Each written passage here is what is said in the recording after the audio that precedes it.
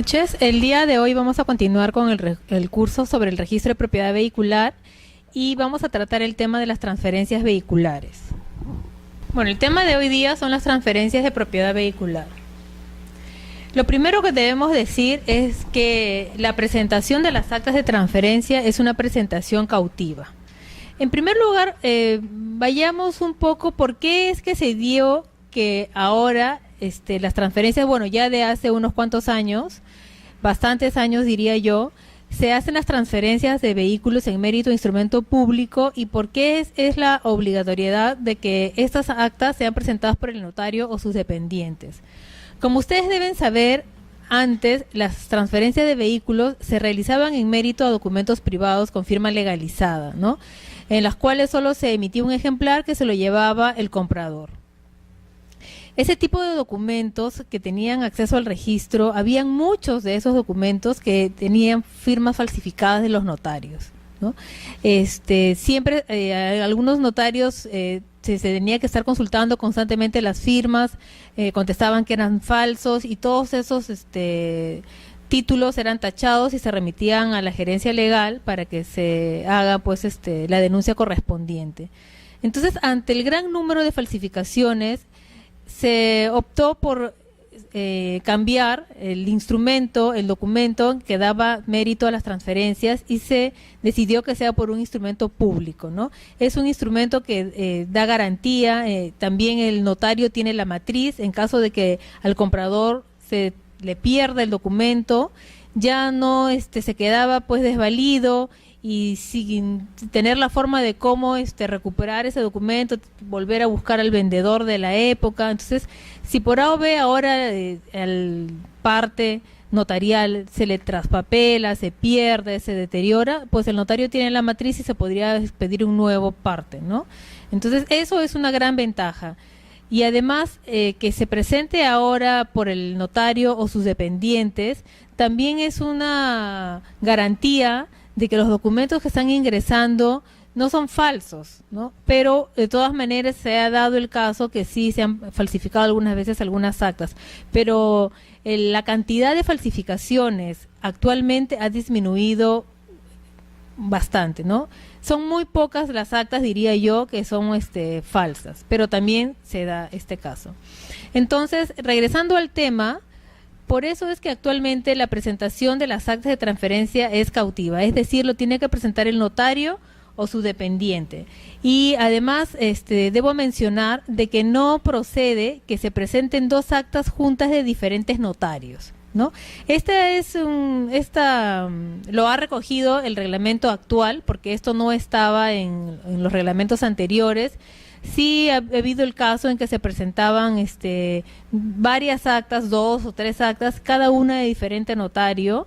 En ese caso se optaba por que sea el representante del último notario o el último de los notarios que intervino el que presente el instrumento, que presenten todas las actas. Pero actualmente eso ya no está permitido. Sí puede ser que se presenten varias actas, pero que hayan sido otorgadas ante el mismo notario. Pero si son otorgadas ante diferentes notarios, se van a tener que presentar en diferentes títulos. Ahora bien, como ustedes saben, el decreto legislativo 1049, que es la ley del notariado, establece que tanto para el registro de predios como para el registro de mandatos y poderes, también es la presentación cautiva de estos instrumentos públicos. Y ellos hacen una salvedad, hay una excepción, ¿no? Que se puede autorizar a una tercera persona a que haga la presentación y en el parte se va a consignar el nombre y el documento de identidad de la persona que va a ir a hacer la presentación. Pero esto no está permitido en el registro de propiedad vehicular. Esta excepción no está establecida para el registro de propiedad vehicular. Solamente es para el registro de predios y de poderes o mandatos. En el caso de vehicular, necesariamente tendrá que ser el notario o el dependiente el que presente el instrumento público. Ahora también quería hacer una precisión. Cuando habíamos estado hablando de las falsificaciones, ¿no? La ley del notariado también establece, le da la opción al notario de que si él conoce de que un acta, se ha presentado un acta y se ha logrado la inscripción, mejor dicho, un instrumento público aparentemente otorgado por él, o de repente se suplantó al vendedor, el notario puede cursar una comunicación al registro para que se haga una anotación preventiva que va a durar un año, ¿no? Y durante este año se va a poder anotar la demanda para pedir la nulidad de esta compraventa que se ha efectuado. Si durante este año de vigencia que tiene esta anotación no se logra inscribir la anotación de demanda, o de repente la sentencia si es rápido, entonces esta anotación va a quedar no va a tener vigencia, ¿no? Tendría en todo caso que el notario volver a pedir que se vuelva a anotar, ¿no? Entonces, con esto también se quiere proteger al tercero que pueda comprar de buena fe, porque si ya está esta anotación en la partida del vehículo, entonces esa anotación va a romper la buena fe de cualquier persona que adquiere el vehículo, ¿no? Porque ya sabe que el que aparece como propietario ha logrado su inscripción en mérito a un instrumento falso, o de repente sí, efectivamente el acta se otorgó ante el notario, pero se suplantó al vendedor o al titular del vehículo.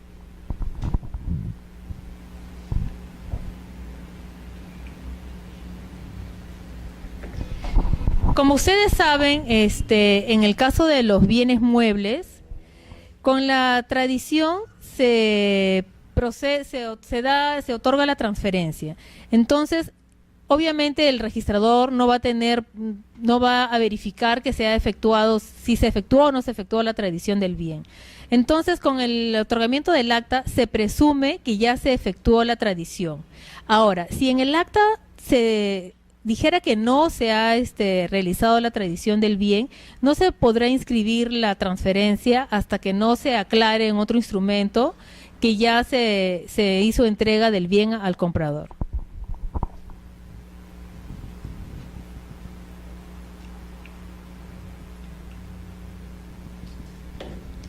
Ahora, ¿cuáles son los datos mínimos que debe tener el acta de transferencia, ¿no?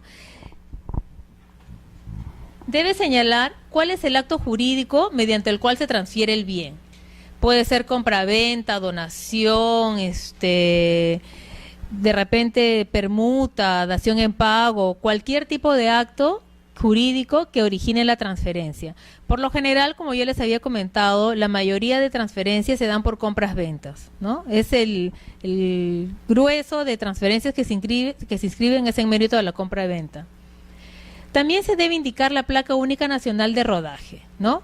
Si es que la tuviera, porque ya hemos visto que también se pueden otorgar actas antes de que el vehículo haya sido inmatriculado. En este caso, se tendrá que consignar el número de serie y el número de motor del vehículo. Estos son los requisitos mínimos, como les digo, porque la mayoría de notarios en las actas de transferencia señalan también la marca, el modelo, el color, el año de fabricación. Pero lo mínimo que debe tener es la placa, el número de serie y el motor. También se debe indicar el precio y la forma de pago o la valorización, si se trata de una donación.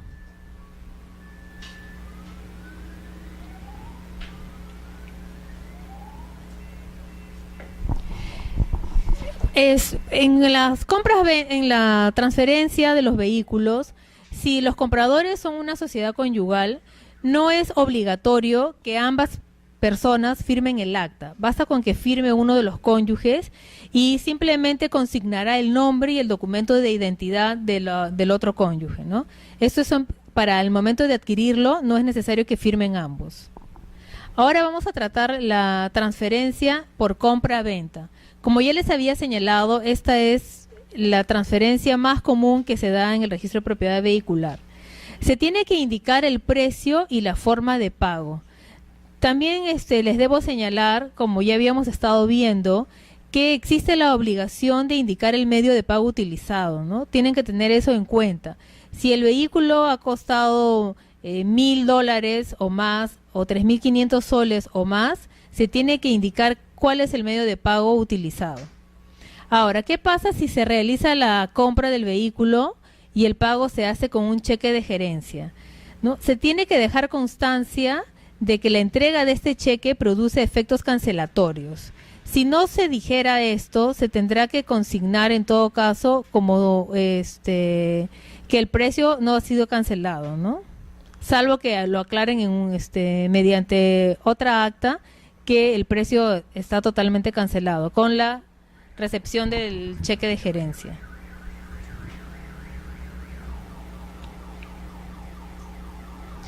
Ahora, ¿qué pasa si yo realizo la compra-venta con reserva de propiedad? En este caso no se inscribe la transferencia. Lo que se va a inscribir es el gravamen, ¿no? Y una vez que se cancele el precio de venta, se va a otorgar otro instrumento público en el cual se indique, adelante, se va a otorgar otro instrumento público en el cual se señala que ya se realizó la cancelación del saldo de precio, y es en ese momento que recién se va a efectuar la inscripción de la transferencia a favor del comprador. Ya no se tiene que presentar un nuevo traslado de la compra-venta original, de la compra-venta que tenía la reserva de dominio. ¿Por qué? Porque eso va a ser en mérito al acta que ya obra en el título archivado, ¿no? Basta con que adjunten el acta de cancelación.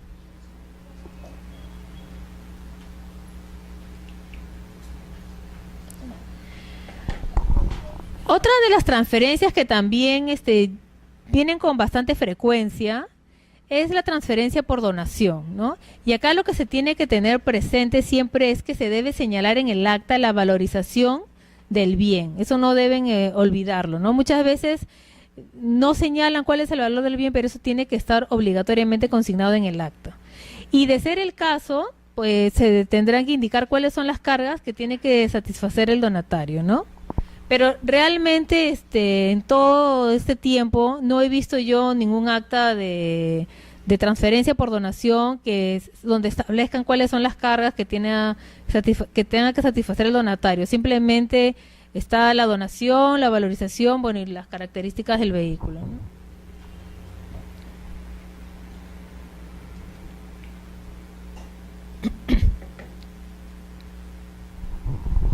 En este caso se trata de la transferencia de una cuota ideal, ¿no? Los propietarios del vehículo son varias personas, pueden ser 2 o más personas, y ellos son titulares de acciones y derechos sobre el vehículo. Entonces, cuando alguno de ellos quiera vender las acciones y derechos que les corresponde, tiene que señalar en el acta que está transfiriendo la totalidad de su cuota ideal. Y si de repente yo soy propietaria del 50% del vehículo, pero yo no estoy vendiendo el 50%, sino le estoy vendiendo el 25%, en este caso tendré que indicar cuál es el porcentaje de la cuota ideal que yo estoy transfiriendo, ¿no? Si yo vendo el 50% del cual soy propietaria, se pone que se transfiere la totalidad de la cuota ideal.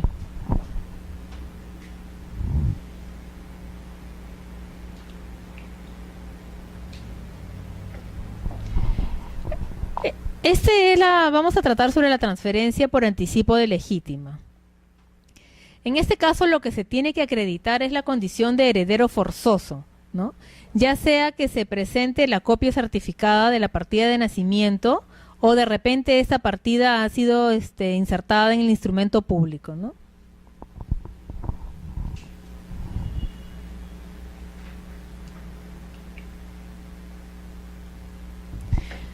Acá vamos a vamos a desarrollar el tema de la transferencia por sucesión. Sea que se trate de una sucesión intestada o que se trate de una sucesión testamentaria.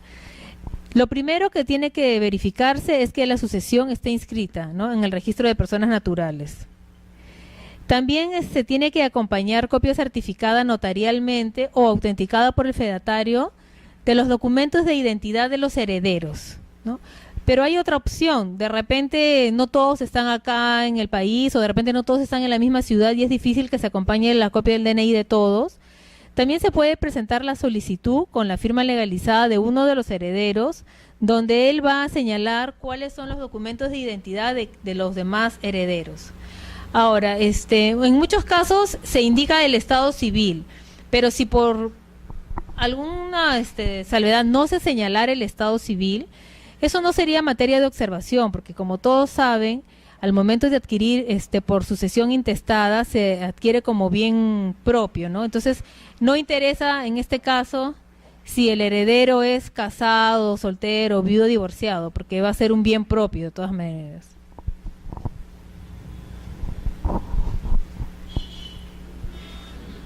Bueno, acá también, cuando se trata de una sucesión testamentaria, se tendrá que indicar también el documento de identidad del legatario en todo caso, ¿no? Si es que hubiera un legatario en el testamento.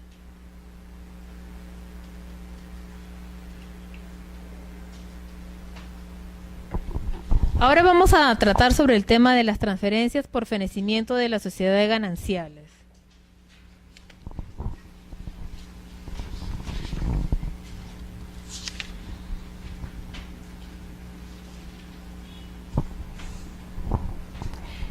Previamente, eso es casi como la sucesión también, ¿no? Previamente debe estar inscrita la separación en el registro de personas naturales y eso lo tiene que verificar el registrador.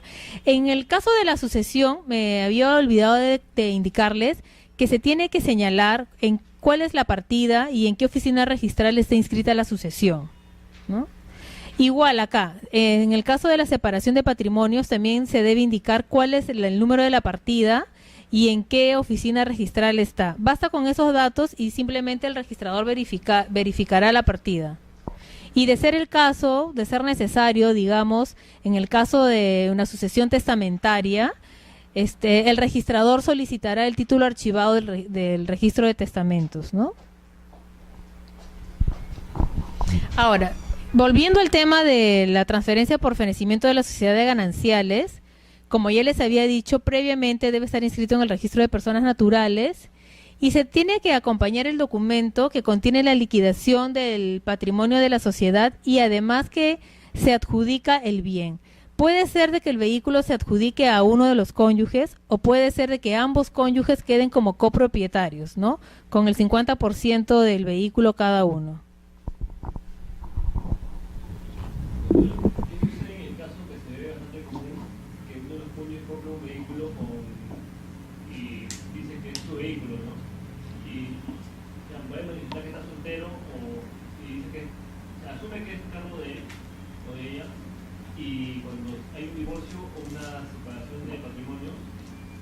No incluyen ese vehículo en la separación y no hay adjudicación.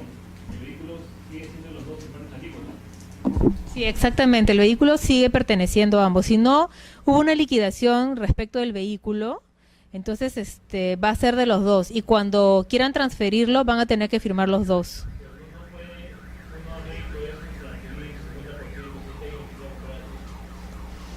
Lo que pasa es que en el caso, lo que yo te he entendido es la persona inscribe como soltero el vehículo, ¿no?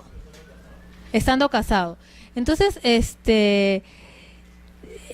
no se podría vender porque al momento, como no ha habido liquidación, entonces no se sabe cómo ha quedado ese bien, o sea, porque no podría decir yo soy la dueña del 50% o yo soy el dueño del otro 50%, porque al momento de la liquidación, si es que ambos quedan como copropietarios, se indica en la escritura que es el 50% para uno y el 50% para el otro.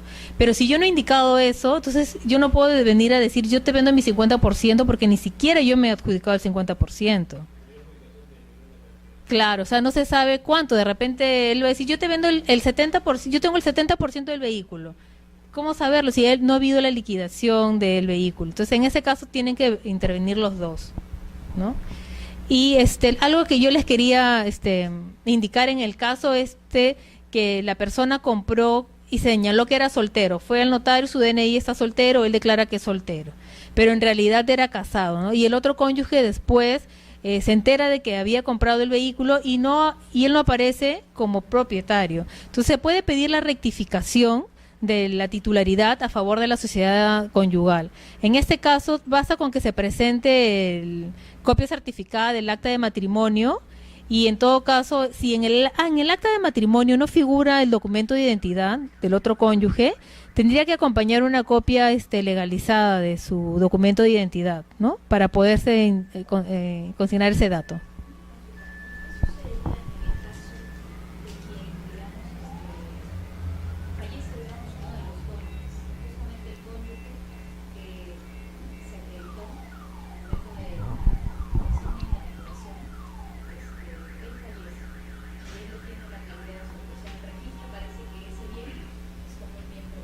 Ujú. pero resulta que la persona que digamos, adquirió inscribió ese vehículo, él estaba casado. En ese caso, ¿cómo podría ser la cónyuge en este caso de vehículo para poder hacer el saneamiento, ¿no?, de ese vehículo para que pueda Ya. tener en cuenta que ella, digamos, está en su vehículo?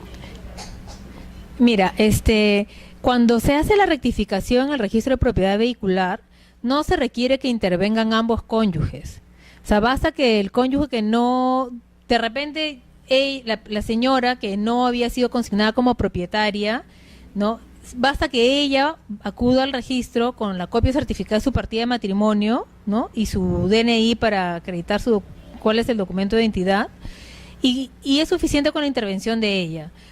Es distinto en el registro de predios, que se tiene que otorgar una escritura pública. Acá basta con la presentación de la partida de matrimonio. De repente el cónyuge que aparece como propietario, de repente por desconocimiento o porque no pudo en su momento indicar quién era la cónyuge, ¿no? No, en la notaría de repente le hicieron, no, traiga usted su partida de matrimonio para ver si está que la persona que usted va a declarar es la cónyuge. Entonces de repente puede ser de que no lo consignó, y él mismo también puede ir y solicitar la rectificación. O sea, no es solamente el cónyuge que no aparece en la partida, puede ser que el que aparezca como propietario único, el que solicite la rectificación.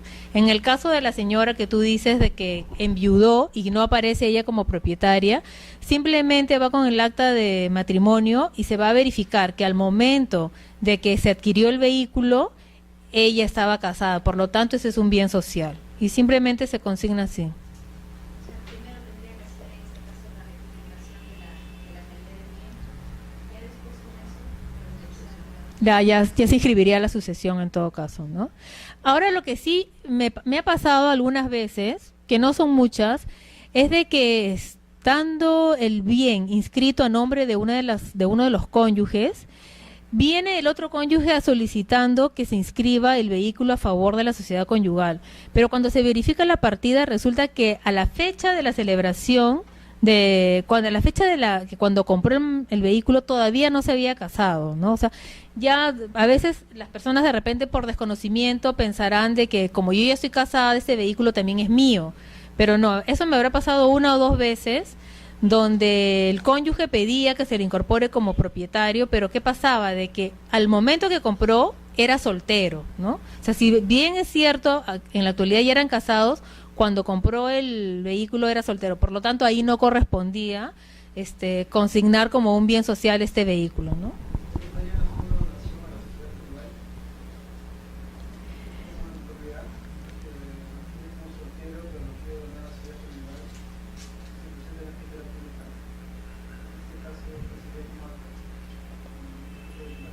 No, porque si tú ya vas a hacer una donación, tiene un acta notarial. No, yo pensé un acta de matrimonio, claro. O sea, él le tendría que donar todo el bien a la sociedad, a los dos, ¿no? Porque si no, en todo caso aparecería no podrían contratar de los bienes sociales. No. A la sociedad conyugal, pero en todo caso mire, es una figura que nunca he visto, ¿ah? Y nunca se ha presentado, porque ¿qué pasa? Si si los cónyuges tienen separación de patrimonios, ¿no? Y de repente ellos han adquirido un vehículo como copropietarios, ¿no? Ellos están casados, pero al momento de adquirir, como tienen separación de patrimonios, son copropietarios.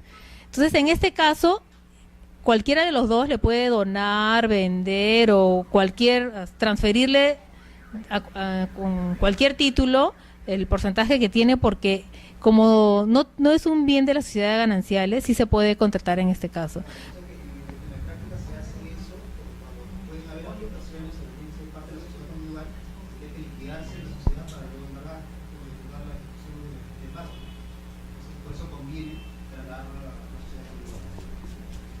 Claro, porque ahí no podrías, hasta que no se liquide la sociedad de gananciales, no podrían embargarte, no podrían ejecutarte, ¿no?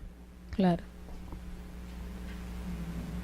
Bueno, entonces acá estábamos tratando el tema de la sociedad de gananciales, que se tiene que adjuntarle El instrumento generalmente es la escritura pública, o muchas veces también no presentan ningún instrumento, sino que presentan una solicitud indicando dónde está inscrita la separación de patrimonios, y entonces en este caso se tendría que pedir el título archivado, ¿no?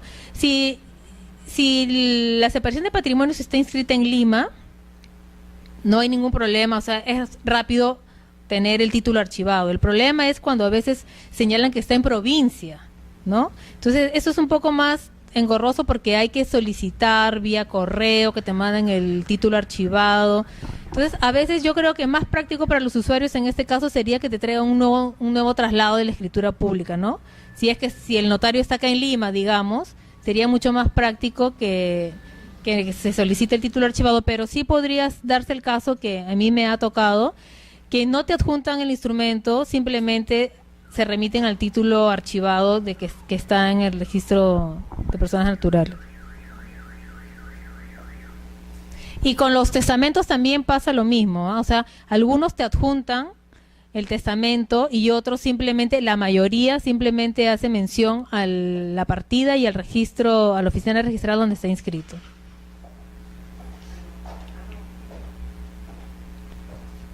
Eso es lo que estábamos viendo ayer un poco, que las transferencias por mandato judicial o por mandato administrativo, ¿no? ¿Qué es lo que se tiene que mandar al registro en el caso? En realidad es bien parecido para ambos casos, ¿no?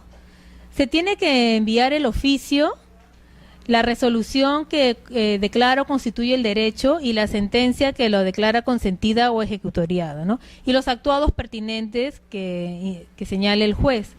Y en el caso del mandato administrativo también, el oficio, la resolución administrativa y la constancia que ha quedado firme este acto. Yo ya les había señalado de que el registrador no puede cuestionar el fondo del proceso ni judicial ni administrativo. Sí podrá pedir aclaraciones al respecto, pero no va a poder calificar o no podrá realizar observaciones respecto del fondo de esto. La mayoría de mandatos administrativos que han llegado son por remates del SAT. Eso es lo que yo he visto mayormente, ¿no? Que hay un contribuyente que no ha cumplido con el pago, entonces simplemente, primero en algunos casos le han embargado, aparece a veces el embargo inscrito también en el registro, y como no paga, le rematan el vehículo, ¿no? Rematan el vehículo y con eso se transfiere la propiedad.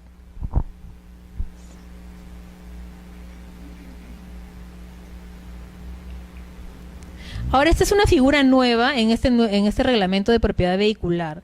Antes no había estado consignado este tipo de transferencias en mérito al laudo arbitral, ¿no?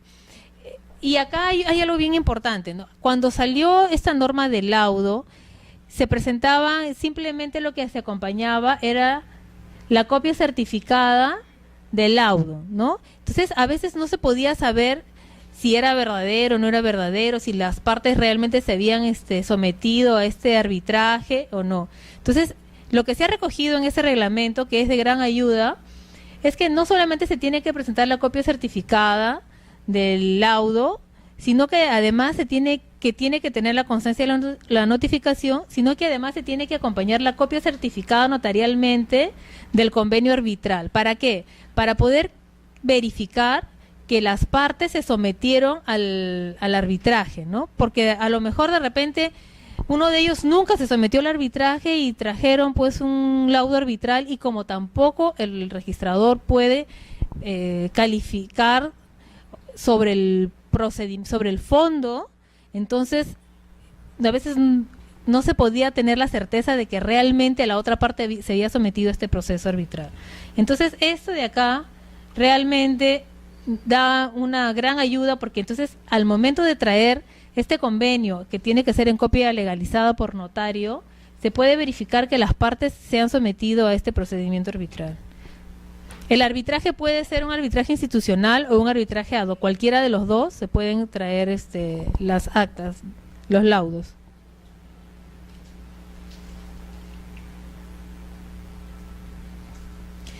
Acá tenemos las transferencias como consecuencia de los aportes.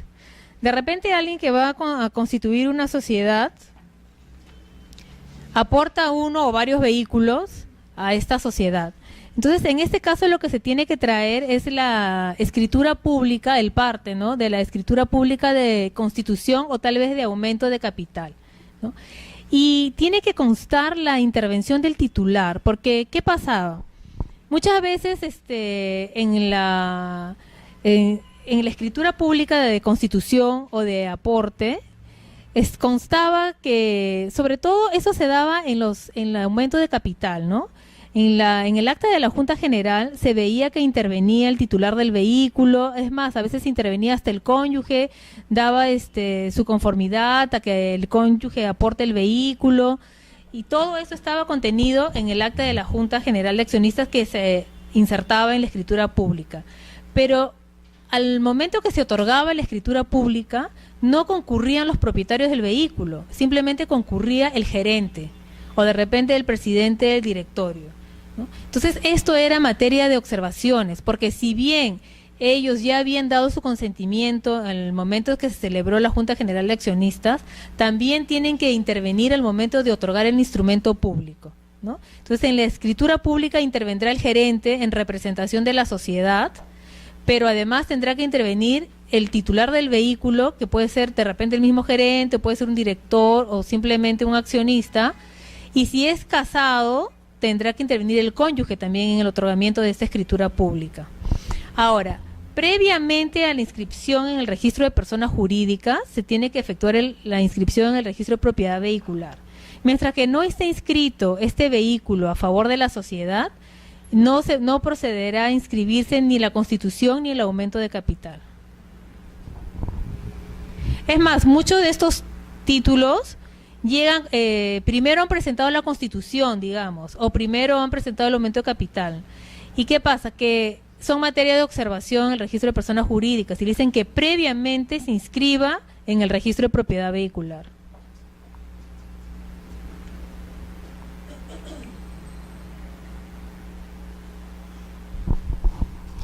Acá tenemos, esta es una modificación respecto al reglamento anterior, ¿no? Esta es una transferencia que se hace en mérito a la fusión, a la escisión o la reorganización simple, ¿no? ¿Qué pasa? Que cuando se hace cualquiera de estas figuras en la escritura pública, al menos en la mayoría de escrituras que yo he visto, se señala el vehículo que está pasando de una sociedad a otra por la fusión, o que se está escindiendo, o que es materia de la reorganización simple. Pero en el reglamento anterior decía que si en la escritura pública no se consignaba el bien, no se consignaba el vehículo, se podía presentar una declaración jurada con la firma legalizada, ¿no? En la cual se indicaba que este vehículo había sido materia, pues, de la fusión, de la decisión o de la reorganización simple. Pero este nuevo reglamento ha eliminado esa parte donde se solicitaba la declaración jurada. Si no está consignado el vehículo en la escritura pública, se hará la transferencia en mérito a la decisión, a la fusión o a la reorganización simple que ya obra inscrita, ¿no? Entonces, cuando es una fusión es mucho más fácil, porque obviamente la partida que aparece como titular del vehículo, la persona jurídica, perdón, del titular del vehículo, se cierra porque ha sido absorbida por otra, o de repente se ha fusionado con otra empresa y han formado una tercera. Entonces ahí es más fácil determinar que efectivamente el vehículo ha pasado. Pero en el caso de una escisión, o sea, es un poco más complicado saber si el vehículo salió, o sea, forma parte de ese patrimonio que salió o no salió, ¿no? Entonces, particularmente si la persona solicita que se inscriba la transferencia por escisión, entonces yo tengo que asumir de que efectivamente el vehículo sí forma parte de ese patrimonio que se ha escindido de la sociedad y lo transferiré, ¿no? Pero yo en este caso particularmente no tengo la certeza, ¿no? Si es que no figura el vehículo, como les decía, en la escritura pública, que en la gran mayoría siempre figuran los bienes que son materia, pues, de la fusión, de la escisión o de la reorganización.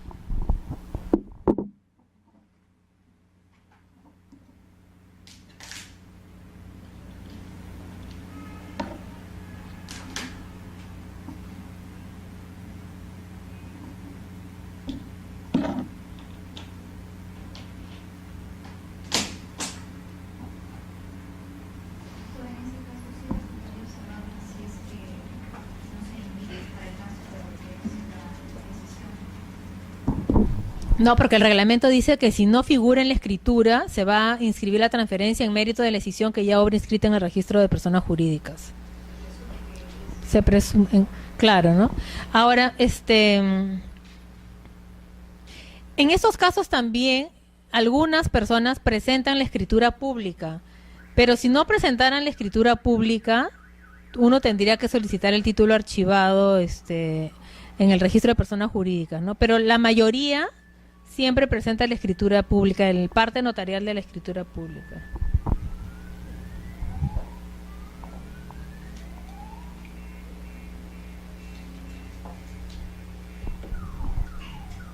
Esto es algo parecido a los vehículos a la inmatriculación de los vehículos que eran dados de baja por entidades del Estado, ¿no? Con la diferencia que estos vehículos ya tienen una placa. Acá, por ejemplo, debemos recordar que si esta entidad del Estado tiene una placa gubernamental, al momento de inscribirse la transferencia a favor de una persona natural o tal vez de una persona jurídica, se le tiene que asignar una placa ordinaria, ¿no? El vehículo no va a poder, no puede permanecer con la placa gubernamental. Algo que yo les quería, haciendo un paréntesis,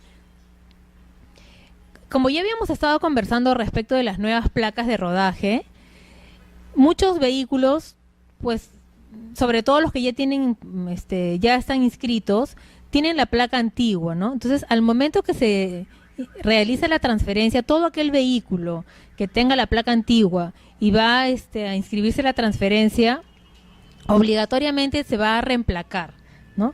Entonces, ahí se va a asignar la nueva placa de acuerdo al uso que se le asigna al vehículo. Para los vehículos de categoría L, que son los vehículos menores, no hay mayor inconveniente, todos los usos son de L.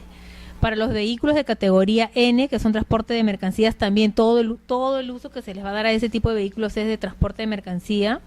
Para los vehículos de categoría O, también se les asignará el uso de no motorizado para transporte de mercancía.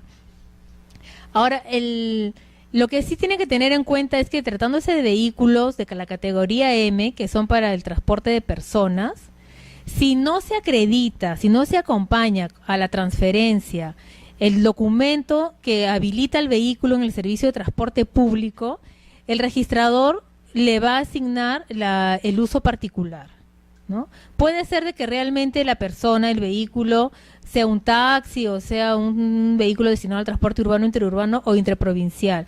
Pero si por olvido o por descuido no acompañó el certificado que habilita este vehículo, el registrador ni siquiera puede observarlo. Ya la norma ha establecido que si no acompaña ese certificado, se le asignará uso particular, ¿no?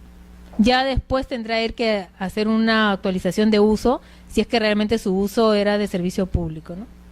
Entiendo, si yo tengo una camioneta y la registro el registro como compraventa, y la camioneta es tipo vehículo puede, y no junto con el tipo de uso, y me inscriben como... No, solamente para los vehículos de categoría M, que son transporte de personas. Si no, claro, de habilidad, sí, como tipo particular, claro, o sea, porque ya habíamos los vehículos L o N para transporte de mercancías o de categoría O, que son no motorizados para transporte de mercancías, es el único uso que tienen. O sea, si yo tengo una camioneta pick-up, ¿no? Yo no... Y es más, hay algunos que tienen una camioneta pick-up, como ya les había comentado, presentan su formulario donde piden que se les otorgue el uso particular. Tal vez por desconocimiento, porque ellos, como es uso personal, no es una empresa, no se dedican más que para ellos, entonces piensan que les corresponde el uso particular. Pero el uso particular está destinado a los vehículos de transporte de personas. En este caso, se les va a asignar el uso de transporte de mercancías, ¿no? Entonces, como yo les había dicho, para los L, N... de mercancías y O, no hay mayor problema porque todos ese tipo de vehículos tienen un solo uso, según la categoría que tienen, ¿no? Los que pueden tener de repente alguna dificultad, que tampoco es una dificultad, serían los de categoría M, ¿no? Que si yo no acompaño mi certificado de habilitación de vehículo en el transporte público, el registrador me va a asignar el transporte particular, ¿no? Y si yo quiero que, perdón, y si yo quiero que mi vehículo sea destinado al transporte público, el certificado que acompaño, o sea, tengo que presentar un certificado en copia legalizada y además ese certificado tiene que estar vigente y emitido a favor del comprador en este caso. Muchas veces se presentan los certificados de habilidad, de habilitación, pero que han sido emitidos a favor del vendedor, ¿no? En este caso no procedería. ¿Por qué? Porque ese certificado, al momento de producirse la transferencia, ese certificado de habilidad queda sin efecto. Es más, este vendedor tiene la obligación de comunicarle a la autoridad competente que ha transferido el vehículo para que ya este certificado ya no tenga vigencia. Sí, perdón, ¿cuál era tu pregunta?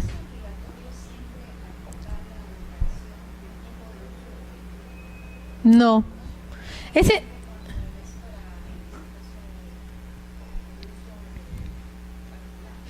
Mira, ese formato de la declaración de tipo de uso ha sido derogado, es más, pero muchos lo siguen, lo tienen y lo siguen presentando. No es necesario que lo presentes. Si tú quieres que tu vehículo sea de transporte público, con que acompañes el certificado es suficiente. Y si tú quieres que tu vehículo sea particular, no acompañas nada más que el acta. O sea, ese formulario no es obligatorio. Pero hay muchas personas que todavía lo tienen, no lo siguen fotocopiando y lo siguen presentando, pero no es obligatorio la presentación. Sí. Las camionetas, los vehículos menores, los remolques, semirremolques, ¿no? Los camiones, no tienen que presentar más que el acta, no tienen que presentar nada más.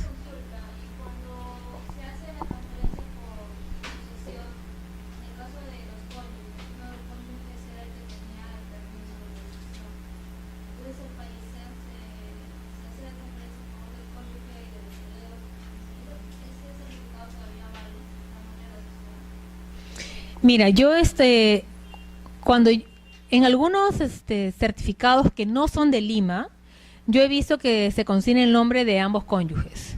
Pero yo he visto eso en certificados de municipalidades de provincia. En Lima y en el Callao he visto que solamente consignan a uno de los dos. Pero en todo caso, igual se te va a pedir que el certificado esté a nombre de uno de los herederos. En todo caso, que va a ser el nuevo propietario.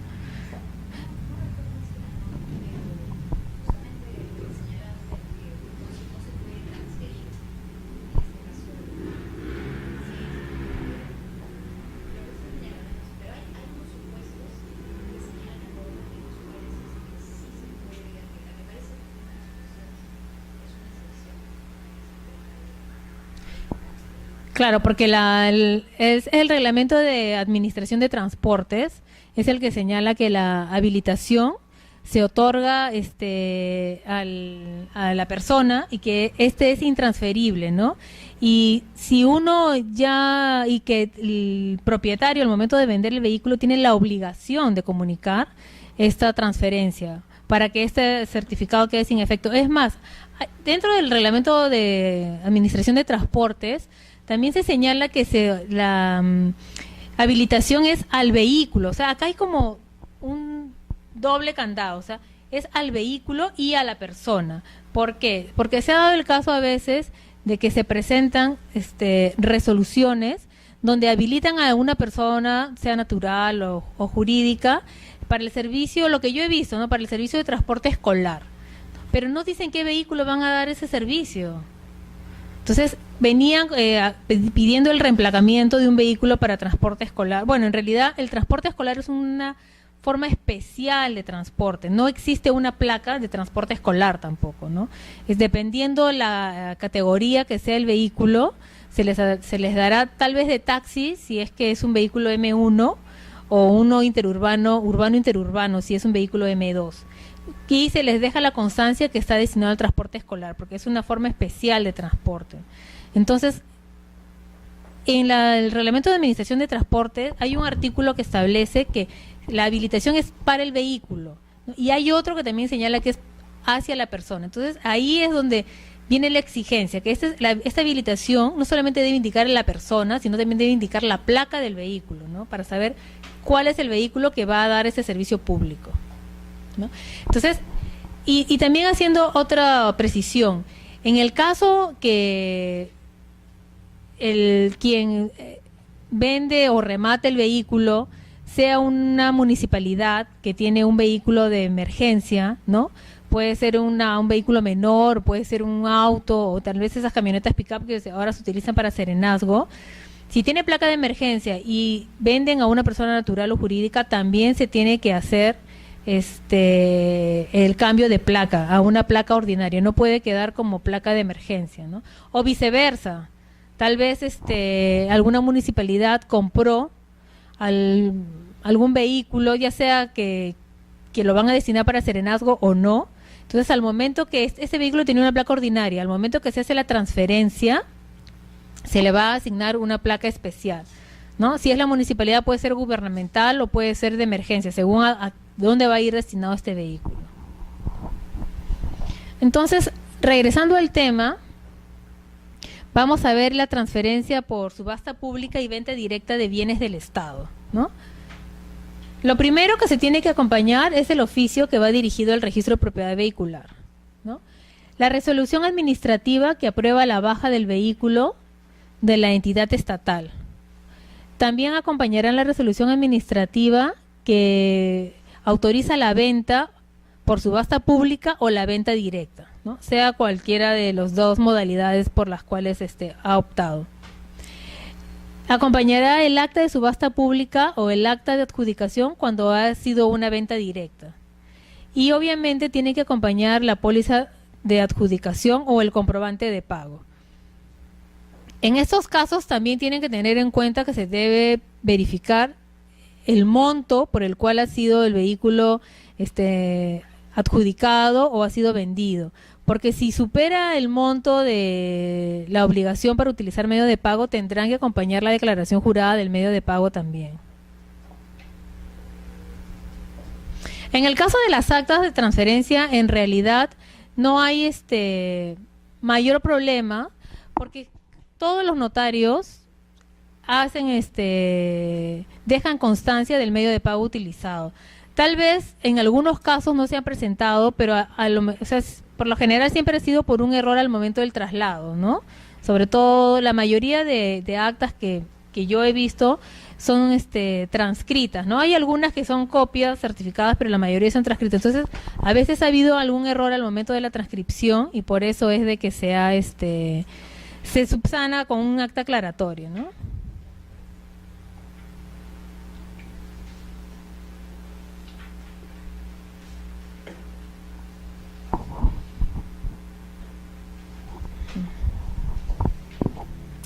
Ahora vamos a ver la transferencia por cláusula resolutoria expresa.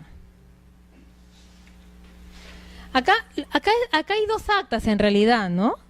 La primera acta es una transferencia que se inscribe y se va a indicar, en esta acta tiene una cláusula resolutoria expresa, entonces se va a consignar se va a inscribir la transferencia y se va a publicitar esta cláusula resolutoria expresa.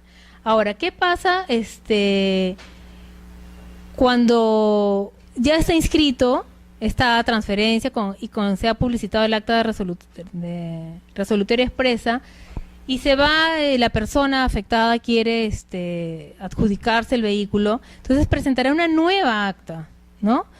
Que es la persona que goza del derecho de resolver el contrato y ella va a juntar la carta notarial, que también puede estar inserta en la nueva acta. Va a presentar el acta notarial que le ha cursado al deudor, indicando que quiere hacer efectiva pues esta acta resolutoria expresa. Entonces acá hay dos actas, ¿no?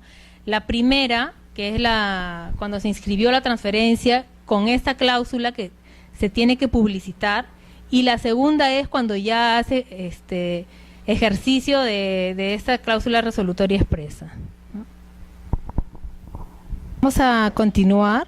Estábamos hablando de la transferencia por cláusula resolutoria expresa. Les había indicado que acá hay dos actas, ¿no? La primera, en la cual se realiza la compraventa o se transfiere el bien y en esta acta consta la cláusula resolutoria expresa y se tiene que publicitar, ¿no? por esta, la transferencia tiene un costo, cada transferencia es 68 soles, ¿no? A diferencia con la inmatriculación, que podían haber varias inmatriculaciones y por todas se cobraba solamente 68. Actualmente esa es la tasa, ¿no? En las transferencias no, por cada transferencia que se presente en el título se van a cobrar 68 soles. En el caso que existe esta transferencia y la cláusula resolutoria expresa, para publicitarse también se va a liquidar un mayor derecho si es que no se ha pagado, que es un valor, que es invalorado, o sea, 18 soles. Si no se pagó conjuntamente con la transferencia, se liquida, ¿no?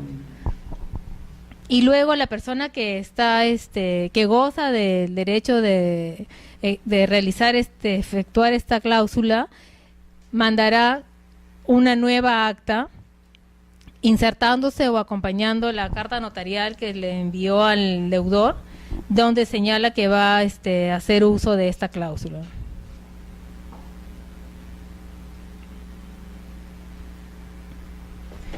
Esta es otro tipo de transferencia. De verdad de que no he visto yo muchos de este tipo de transferencias con cláusula resolutoria expresa.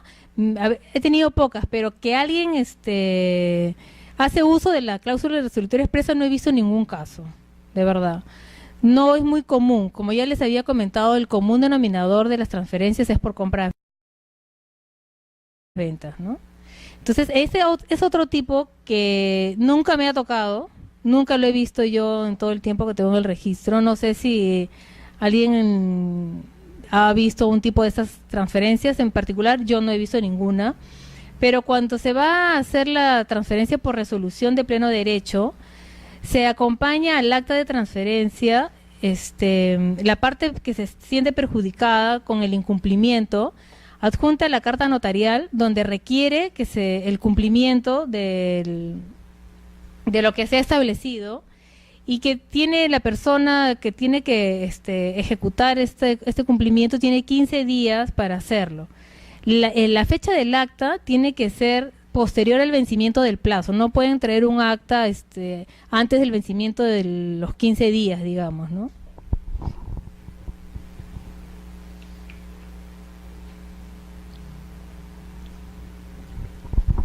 Bueno, este tipo de transferencias se inició con la ley de la garantía mobiliaria, ¿no?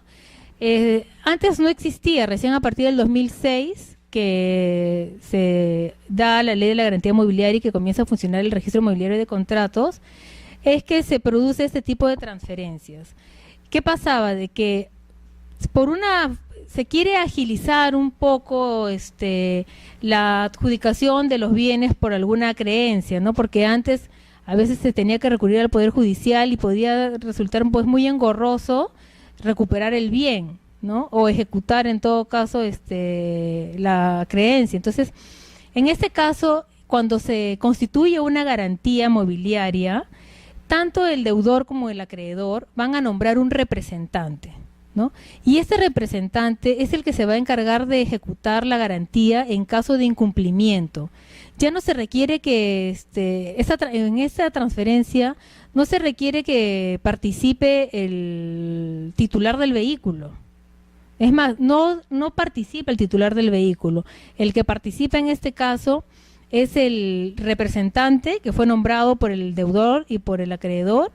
Y si es una adjudicación, en todo caso la entidad, la acreedora, o si se lo están adjudicando a otra persona, se lo están vendiendo a otra persona, la persona que está comprando el vehículo, ¿no? ¿Qué debe contener el acta de ejecución de la extrajudicial de la garantía mobiliaria? El precio de venta. Pero este precio de venta tiene una particularidad. No puede ser inferior a las 2/3 partes del valor comercial del bien al tiempo de la venta. Cuando se constituye la garantía mobiliaria, las partes valorizan el bien, ¿no? Entonces, al momento de ejecutarse esta garantía, el precio no puede ser menor a las 2/3 partes. Pero la norma dice al tiempo de la venta. ¿Por qué? Porque lo que pasa es que el vehículo se va a depreciar, ¿no? Puede ser que al momento de que se constituyó la garantía valorizaron el vehículo en $5,000, pero al momento que se va a ejecutar esa garantía ya ese vehículo se ha depreciado y puede ser de que no sea el valor $5,000, sino menos. Entonces, en este caso, muchas veces acompañan al acta de ejecución de la garantía una tasación que se ha efectuado, y en esa tasación aparece cuál es el precio actualizado, la valorización actualizada del vehículo, ¿no?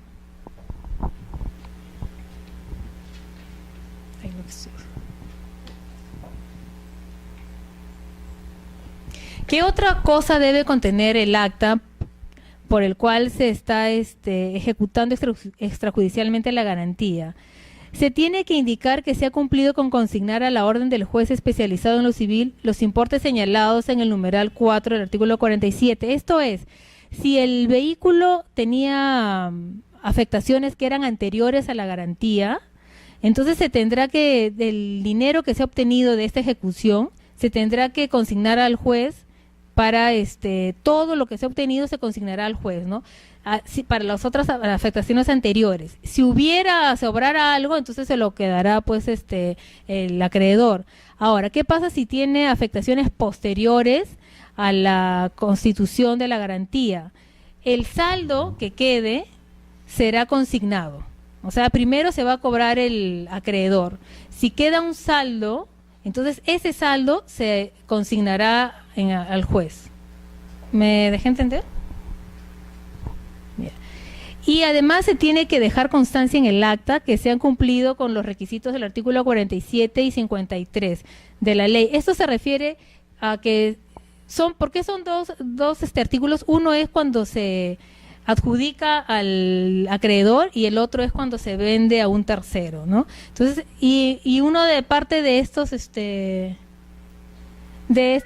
procedimientos y reglas son las notificaciones, por ejemplo, ¿no? Entonces, algunos notarios simplemente ponen el texto tal cual aparece, que es el texto que aparece en la norma, y otros dicen, ¿no?, que se ha cumplido con notificar. O sea, es válida cualquiera de las dos opciones, ¿no? La cosa es que tiene que consignarse en el acta.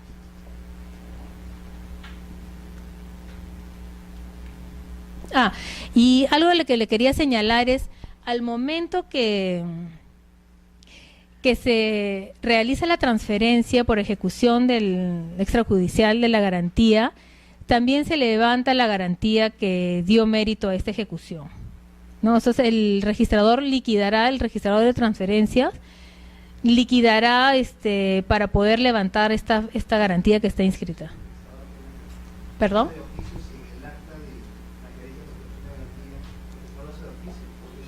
No.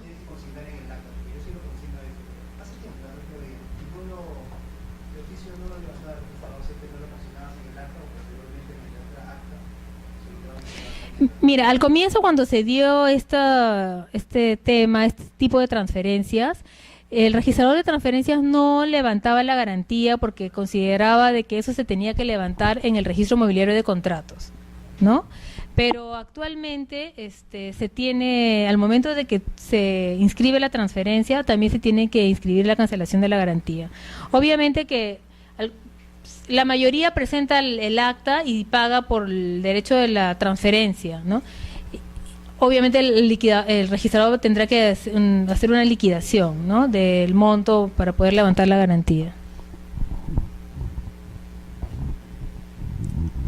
Y en el caso, por ejemplo, de que no se haya levantado la garantía, en todo caso podrían pedir una por rectificación, en todo caso que se levante, pero esa rectificación no va a ser gratuita tampoco, ¿no? Se va a tener que liquidar.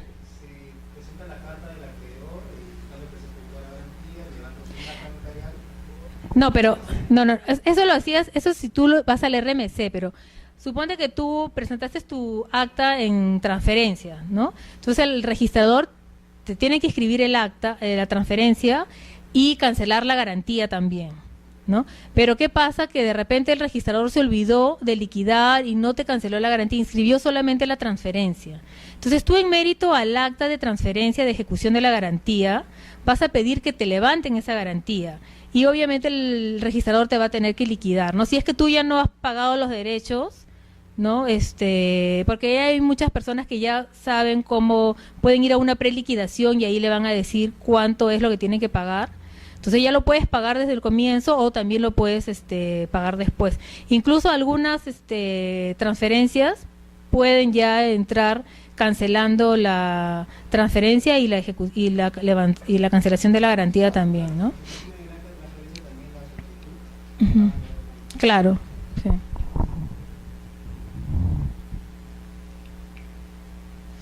Bueno, a partir de aquí vamos a desarrollar dos procesos que son de formalización de la propiedad, ¿no? Uno es el saneamiento de trato interrumpido y el otro es la prescripción notarial.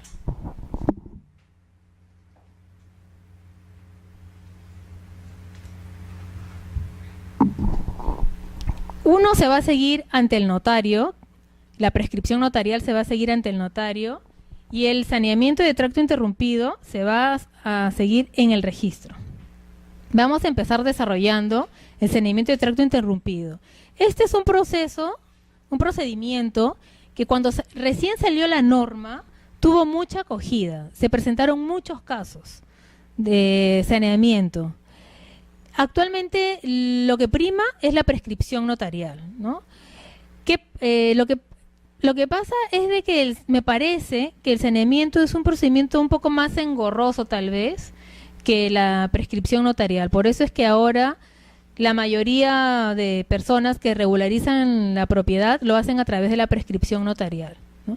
Es más, en todo el tiempo que yo he trabajado y que me ha tocado ver saneamientos de tracto interrumpido, habré anotado una o dos.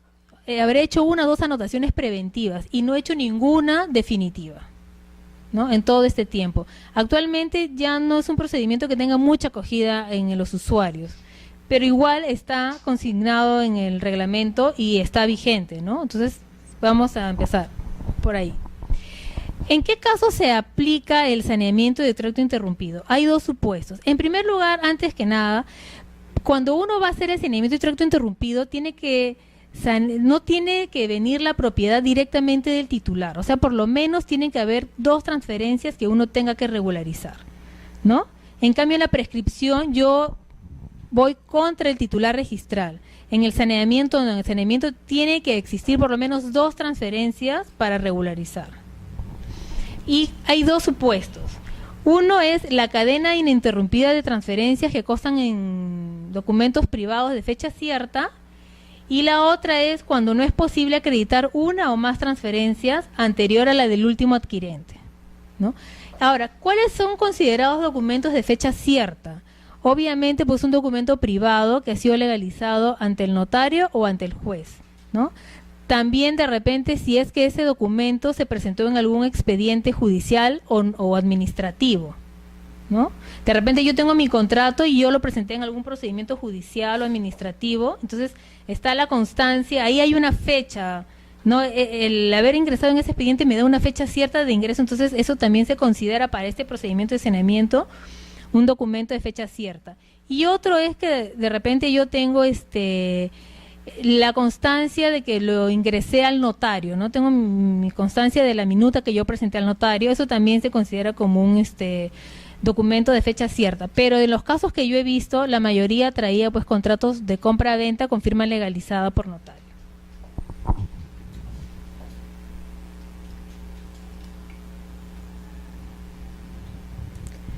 ¿Cuáles son los requisitos que se requieren, que se necesitan para poder recurrir al saneamiento de tracto interrumpido? Obviamente los documentos de fecha cierta, se tienen que presentar los documentos originales, ¿no? Y se tiene que acompañar tantas copias simples como notificaciones se tenga que realizar, ¿no? Acá el que va a encargarse de hacer las notificaciones es el registrador. Entonces se necesita que el usuario acompañe tantas copias simples como se van a requerir. Y la antigüedad de este documento tiene que ser igual o mayor a 4 años. La del último adquirente, ¿no? La del último adquirente tiene que ser igual o mayor a 4 años, salvo que conste en un acta de notarial, ¿no? Porque como ya les había dicho, en el saneamiento de tracto interrumpido se tienen que regularizar mínimo 2 transferencias. Entonces puede ser de que la primera transferencia esté en un documento privado, pero la segunda de repente ya esté en un acta notarial.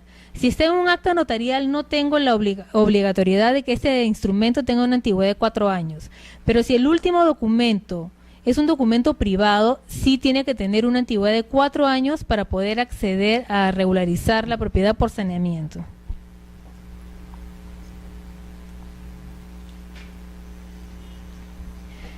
¿Qué otro requisito necesito? La declaración jurada con firma legalizada notarialmente del solicitante. Pero esta declaración jurada tiene que tener ciertos requisitos básicos. El primero es el nombre y domicilio de todos los propietarios anteriores no inscritos, ¿no? Y si de repente yo no conozco el domicilio, el interesado no conoce el domicilio, tendrá que señalar que no conoce el domicilio. Además, y lo que yo creo que es más importante aún, que tiene que declarar la inexistencia de algún proceso judicial o arbitral pendiente en el que se esté discutiendo la propiedad del bien o la validez de los documentos, ¿no? Porque puede ser de que de repente yo tenga algún proceso judicial o de repente yo puedo estar siguiendo una prescripción notarial, ¿no? Y la otra persona, entonces alguien se quiere acoger a este saneamiento, ¿no? O sea, en perjuicio de alguna otra persona. Entonces, por eso es que en esta declaración jurada se deja constancia que no existe ningún procedimiento judicial o arbitral en el que se esté discutiendo la propiedad del bien o la validez de los documentos. De repente, yo tengo un documento que la otra persona pues no lo reconoce o reconoce que es falso o que nunca lo firmó.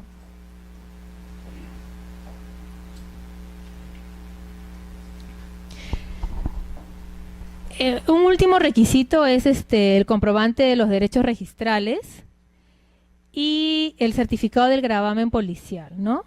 Para verificar que el vehículo no ha sido robado en realidad.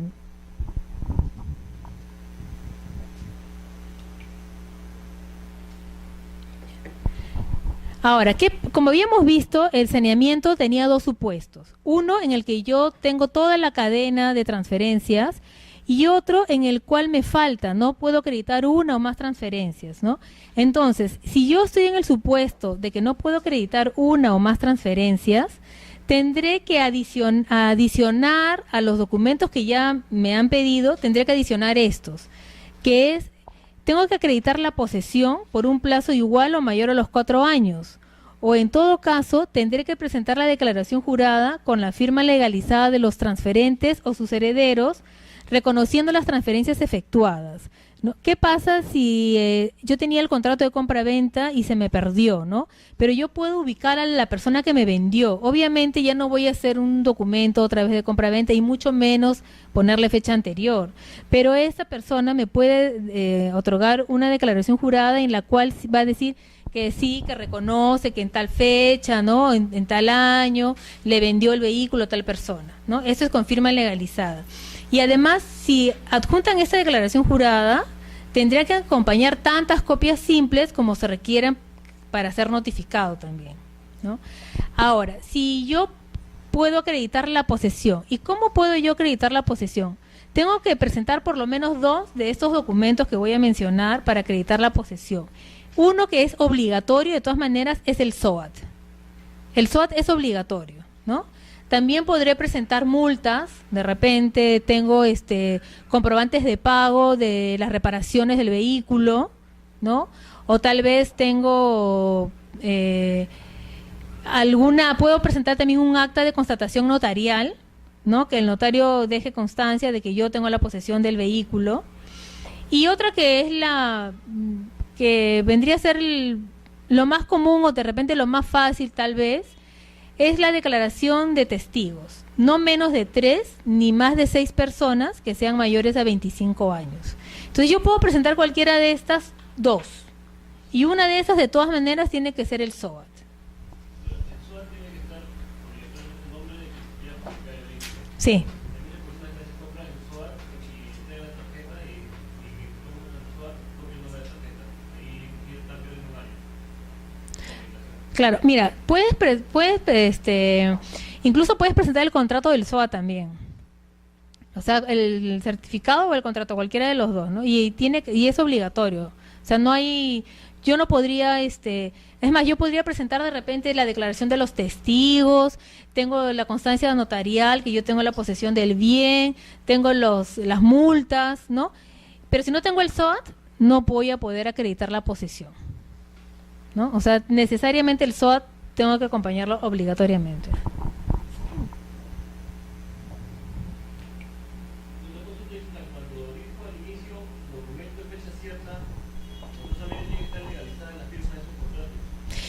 O sea, puede ser, como te dije, con firma legalizada por notario o juez de paz, o de repente el contrato tú lo presentaste en algún proceso judicial o administrativo. Entonces ya al momento de ingresar al expediente, el documento a ese expediente, ya adquirió una fecha cierta, ¿no?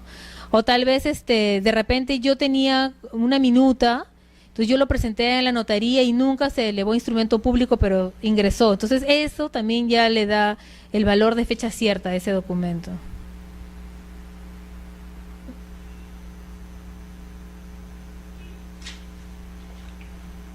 Uy, nos habíamos saltado la prescripción, pero bueno, vamos a terminar con el saneamiento, ¿no? Y de ahí regresamos a la prescripción. El saneamiento se va a... ¿Quién es competente para hacer el saneamiento? El registrador de la oficina donde esté inscrito el vehículo, ¿no? O sea, si yo, yo vivo en Lima, pero mi vehículo tiene placa de Trujillo, entonces el registrador que va a encargarse de hacer el saneamiento es el registrador de Trujillo, ¿no? Entonces, una vez de que ya se presentan todas estos documentos, ¿no? El documento de fecha cierta, más la declaración, más los documentos de repente para acreditar la posesión si es que yo no tengo toda la cadena ininterrumpida de transferencias, y el registrador evalúa los documentos y es positiva la calificación, se va a hacer una anotación preventiva que tiene una duración de 60 días, ¿no?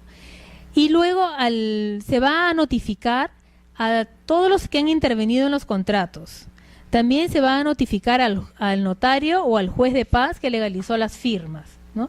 Se les comunica y a ellos son los que se les mandan las copias que habíamos solicitado de los documentos. Entonces, esas copias son para notificar a todos esos intervinientes, ¿no? Y se hacen dos notificaciones.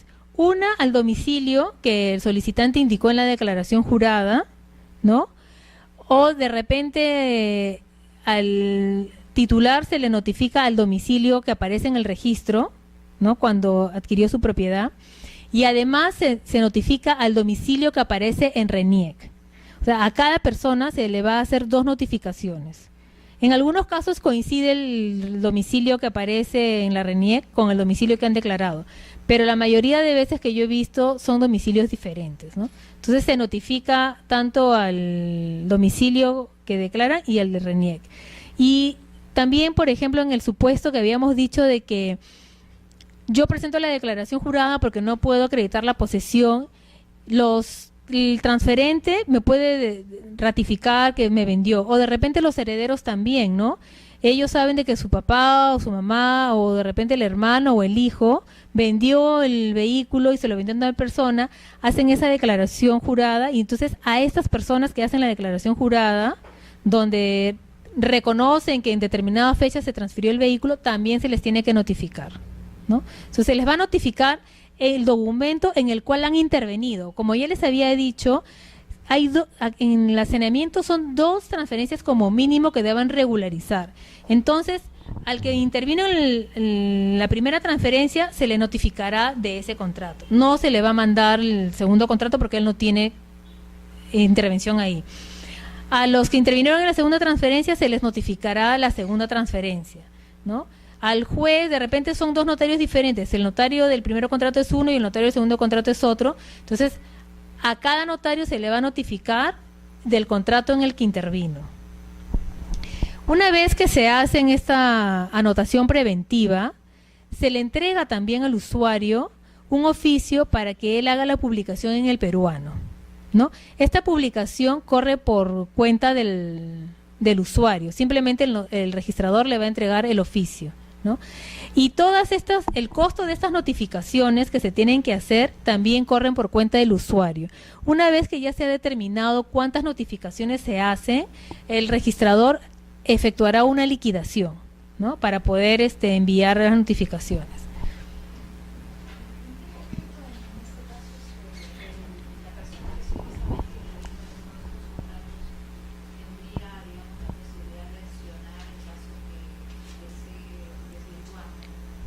Claro, vamos a ver más adelante, existe la oposición. En este procedimiento existe la oposición, ¿no? Y la oposición tiene que ser fundamentada. Ya vamos a ver más adelante, vamos a llegar a ese momento de la oposición. Entonces, una vez que se hace la anotación preventiva, se le entrega al usuario el oficio para que se publique en el peruano y además se hace una publicación en la oficina. Se tiene que hacer la publicación de que se está realizando ese procedimiento de saneamiento. El usuario tiene que realizar la publicación dentro de los primeros 15 días de vigencia de la anotación preventiva. Si realiza la publicación después de los 15 días, no va a poder hacer la anotación definitiva del saneamiento. Eso lo tienen que tener muy en cuenta, ¿no? Entonces, transcurrido estos 60 días, esta anotación está vigente. O sea, ¿cuándo caduca esta anotación preventiva? Cuando ha transcurrido el tiempo y no se ha hecho la anotación definitiva, ¿no? O cuando ya se realizó la anotación definitiva, ¿no? ¿Y qué pasa si antes del vencimiento yo ingresé la solicitud para la inscripción definitiva? Entonces va a caducar ya con el plazo de la solicitud de la anotación definitiva. No sé si me deja entender, ¿sí? O sea, hay 3 casos en que caduca esta anotación. Por el transcurso de los 60 días, sin que se haya efectuado no se haya hecho nada, solamente se haya quedado en la anotación. Cuando antes de los 60 días se inscribió la anotación, se inscribió definitivamente la propiedad, o cuando está en trámite la inscripción definitiva, ¿no? Entonces, ¿qué pasa si yo presenté mi título para que anotar ya definitivamente mi propiedad? El día 58 de vigencia de la anotación. Entonces, y llegó el día 60, pero mi título de la anotación de la inscripción definitiva está en trámite. Entonces, esta vigencia, esta anotación preventiva seguirá vigente todo el tiempo que dure el título, ¿no? Ya, ¿qué pasa? Ya, como les decía, si yo no hago la publicación dentro de los primeros 15 días, entonces, cuando yo voy a pedir la anotación, la inscripción definitiva, yo, además de mi solicitud, tengo que acompañar la publicación del peruano, pero no el avisito. Tengo que acompañar toda la hoja donde ha aparecido mi aviso. Es una sola publicación, sí.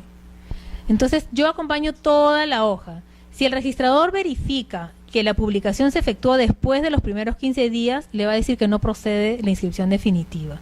Y lo único que le queda al usuario en este caso es solicitar nuevamente una anotación preventiva en mérito al título archivado que dio mérito a la primera anotación.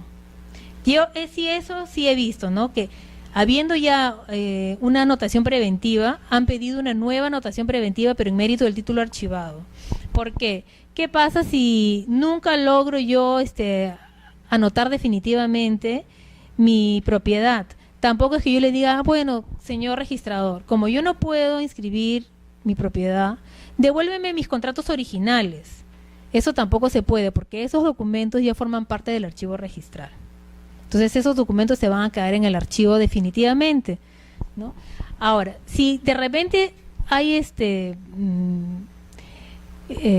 errores, o sea, no se puede recurrir, por más que uno trate de hacerlo por el saneamiento, no puede uno lograr la inscripción por el saneamiento. Las personas tienen la opción de recurrir a la prescripción notarial, o sea, no está cerrado, digamos, la puerta para que ellos tengan acceso al registro. Si no pueden lograr por el saneamiento, pueden recurrir a la prescripción notarial. Ahora, como ya habíamos mencionado, existe la oposición. Se han notificado, ¿no?, a los intervinientes, al juez, al notario, a todas las personas que han formado parte de estos contratos. Si por ahí de repente el notario es una firma falsa, ¿no? El notario puede decir, ¿sabes qué? Esta no es mi firma, ¿no? Entonces, o de repente alguien dice, no, un momentito, hay un proceso judicial donde se está discutiendo la propiedad del bien, o de repente se está discutiendo la validez de los documentos, ¿no? Entonces se tienen que sustentar esta oposición, y cuando el registrador evalúa y considera que tiene cabida la oposición, entonces da por concluido el procedimiento, ¿no? Y la persona tendrá que, en todo caso, que recurrir a la prescripción notarial, digamos, que vendría a ser un símil, ¿no?, al saneamiento.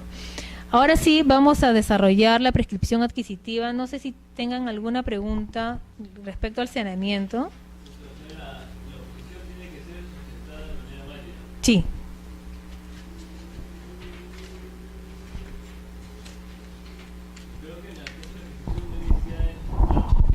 No, en la prescripción también se pueden oponer, pero no tienen que sustentar en nada. En cambio, en el saneamiento sí se tiene que sustentar la oposición.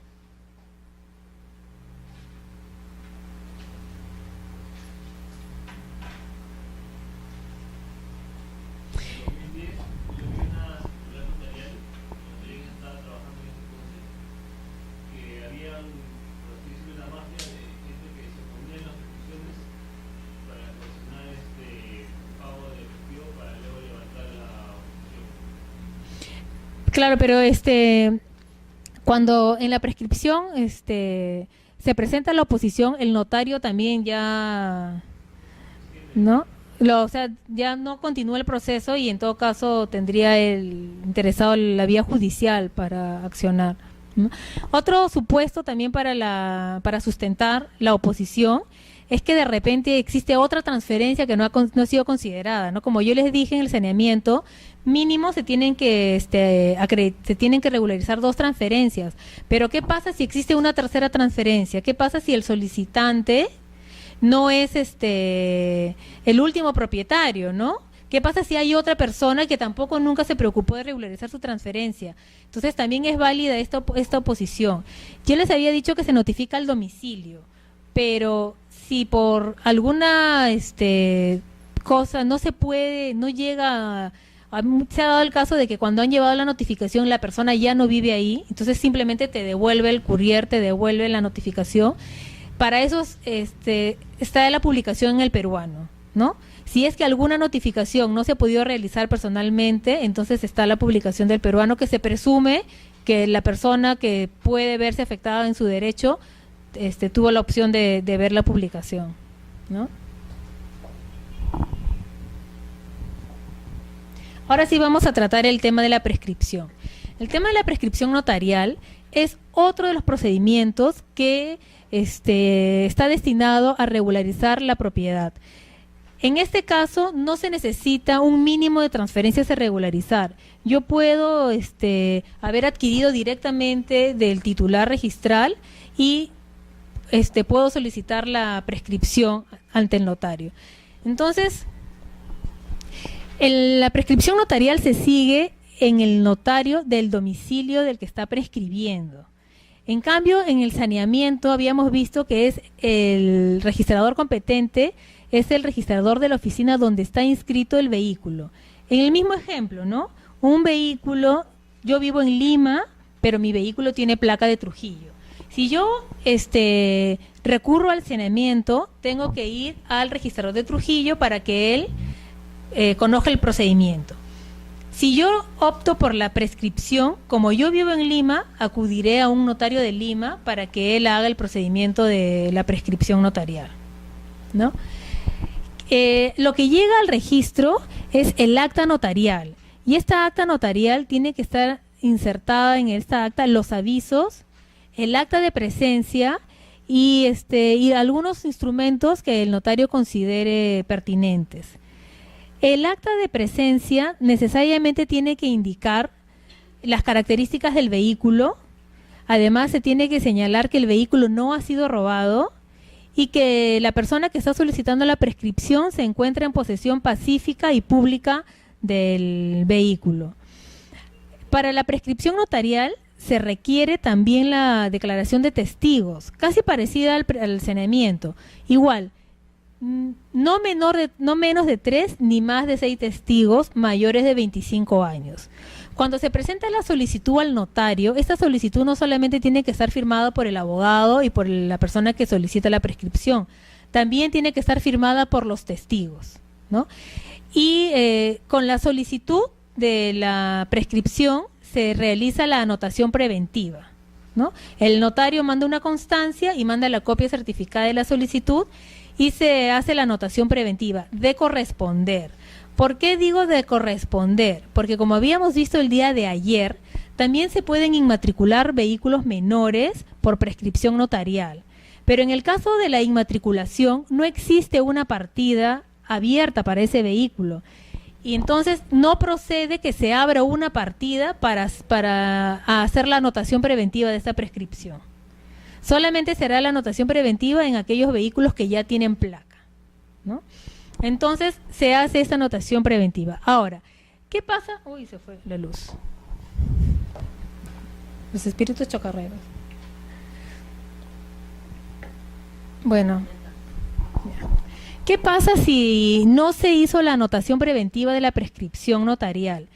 Eso no es impedimento para que se inscriba la transferencia por prescripción notarial. Esta anotación preventiva en realidad lo que pretende es proteger a la persona que está solicitando la prescripción. Publicitar en la partida del vehículo que hay alguien que está siguiendo un procedimiento de regularización de la propiedad, que al final de ese procedimiento puede ser que lo declaren propietario del vehículo. Pero si yo no hice mi anotación preventiva, el registrador no me puede observar que no hice yo la anotación anteriormente. Eso es más que nada para publicitar en beneficio del usuario.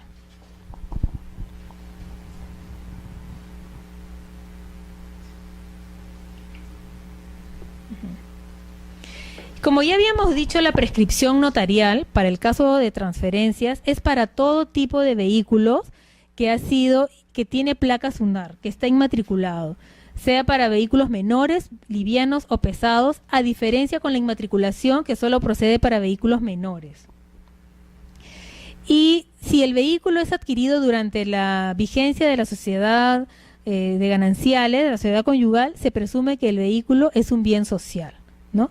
Acá también se van además del acta notarial, se tiene que acompañar el certificado policial de que el vehículo no ha sido robado. Entonces, acá hay dos situaciones. En el acta de presencia, el notario tiene que dejar constancia que el vehículo no ha sido robado, pero además se tiene que acompañar al acta el gravamen policial que el vehículo no ha sido robado, ¿no? Entonces, como vemos, acá hay diferencias y similitudes entre el procedimiento de prescripción notarial y el procedimiento de saneamiento de trato interrumpido, ¿no? Acá les voy a anotar las semejanzas en la pizarra para que puedan tomar nota.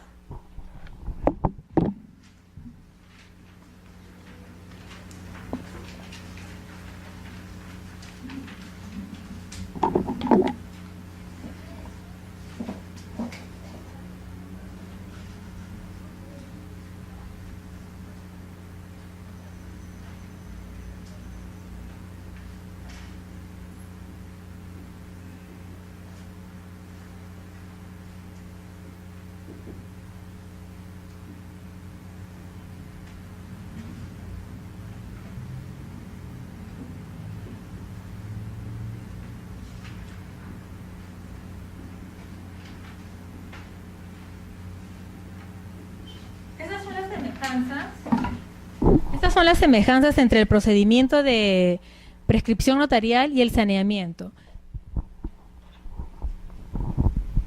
La primera que vemos acá es que en ambos procedimientos se está regularizando la transferencia de propiedad, ¿no? En ambos procedimientos también se exige una posesión mínima de 4 años.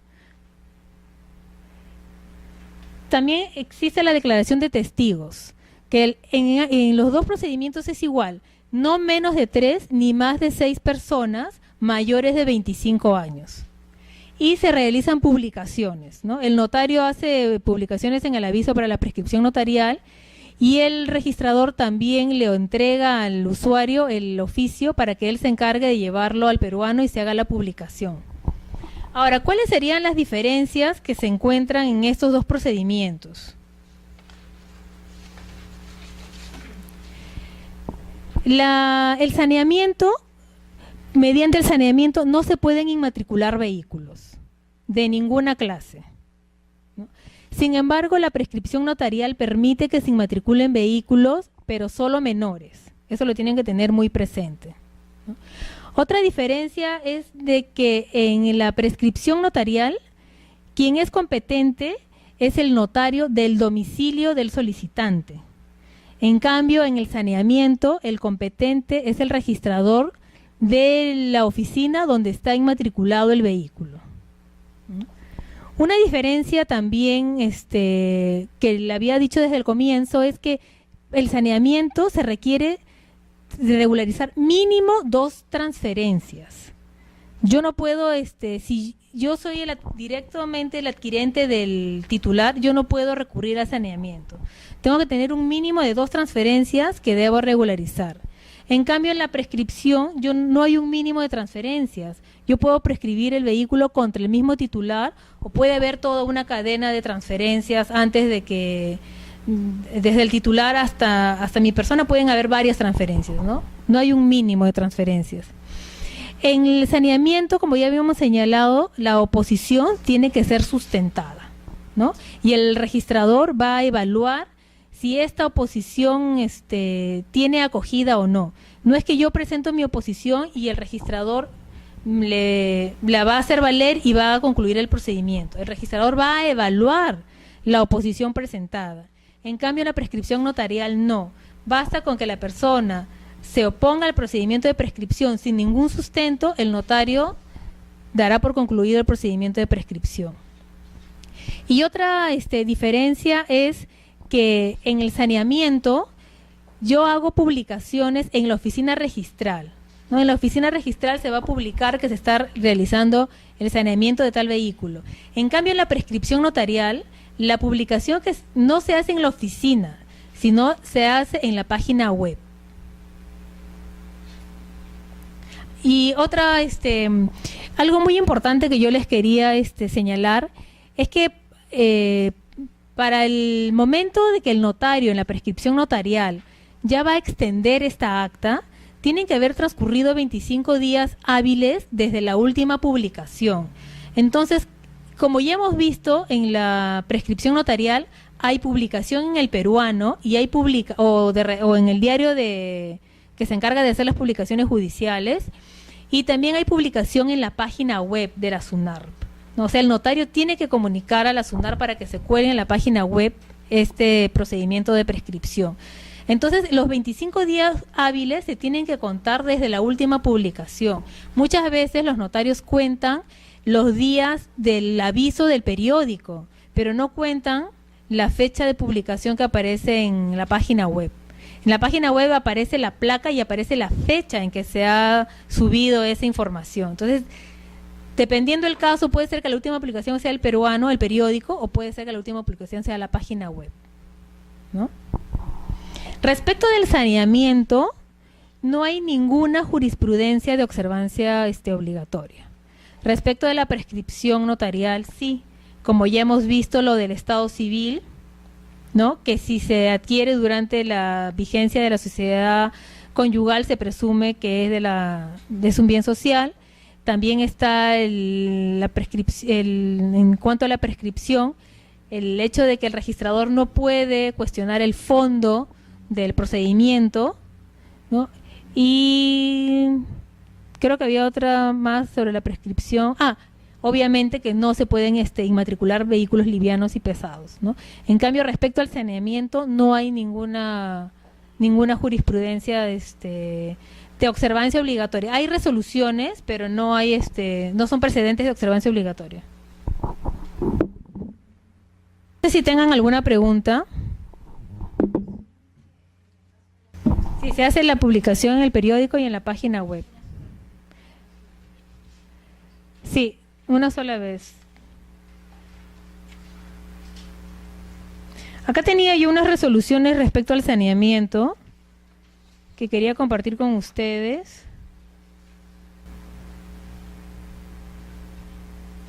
Que básicamente es lo que establece la norma, ¿no? Por ejemplo, acá tenemos una resolución del Tribunal de Trujillo, que es un poco antigua, es del año 2009, ¿no? Y establece que si no se publicó, no se hizo la publicación dentro de los primeros 15 días de vigencia de la notación preventiva, no se puede inscribir definitivamente la propiedad, ¿no? A favor del solicitante. Y la otra es también que no se puede solicitar el saneamiento cuando es directamente del titular. No tiene que haber mínimo 2 transferencias. Bueno, creo que eso es todo por hoy. No sé si tengan alguna otra consulta. Como les dije, actualmente el procedimiento de saneamiento ya prácticamente no llegan, ¿no? Regularizaciones de la propiedad por saneamiento. Son más que nada prescripciones notariales.